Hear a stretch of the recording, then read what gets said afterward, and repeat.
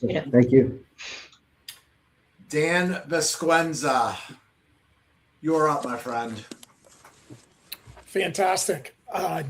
Doc, thanks a lot. This is super intriguing. You said 3 things that lit me up.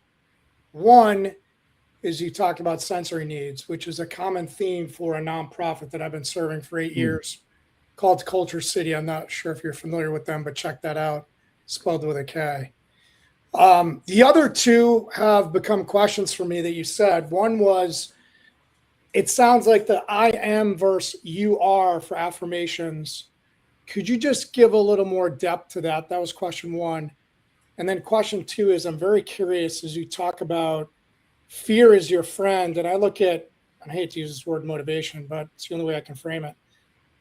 I think people are motivated by one of 2 ways, either fear, which is me, or my son, which is more towards the carrot and the goal setting.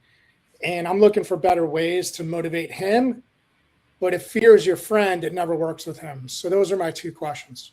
Thank you. So, yeah, absolutely. So the first question, just to circle back, was, can you say it again for me? You talked about affirmations. And yes. You said you are versus I am. Yeah, it's the interesting study on this. The interesting studies are showing is that we believe the outside world through our senses than we do our own internal conversation. That's the point I was trying to make with that, right? So our internal story, if I sit and say, I'm 7 foot tall, I'm not, and I know I'm not. So it doesn't matter how much I affirm it. That's not going to be. I'm not changing to 7 feet tall. It's just not happening. As a middle-aged Indian dude, it's not happening, right? It's just not going to happen. But I can affirm it all day long. But the interesting thing now, if someone else from the outside says you're tall, we honor that. Now, I'm not 7 foot, but if someone else says, oh, you're actually kind of tall, we believe the external more than the internal. That's because of our own internal judgments. That's what the research is showing behind that. You're right. There's 2 sides of the carrot, right? There's the fear side and there's the carrot side. Those that are motivated by fear are typically protector consciousness.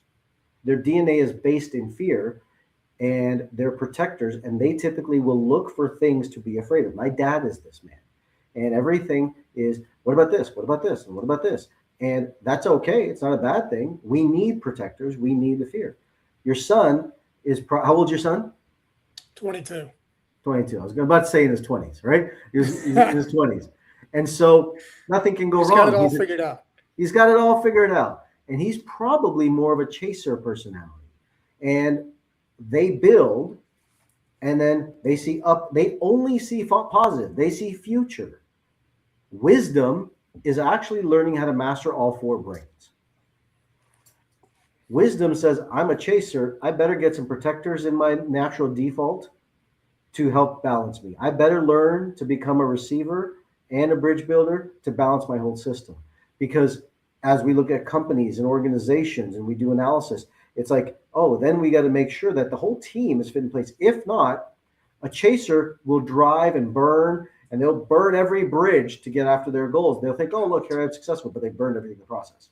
So if I can give you some loving fatherly advice as someone who's got a 22-year-old daughter and an 18-year-old son, stay his protector.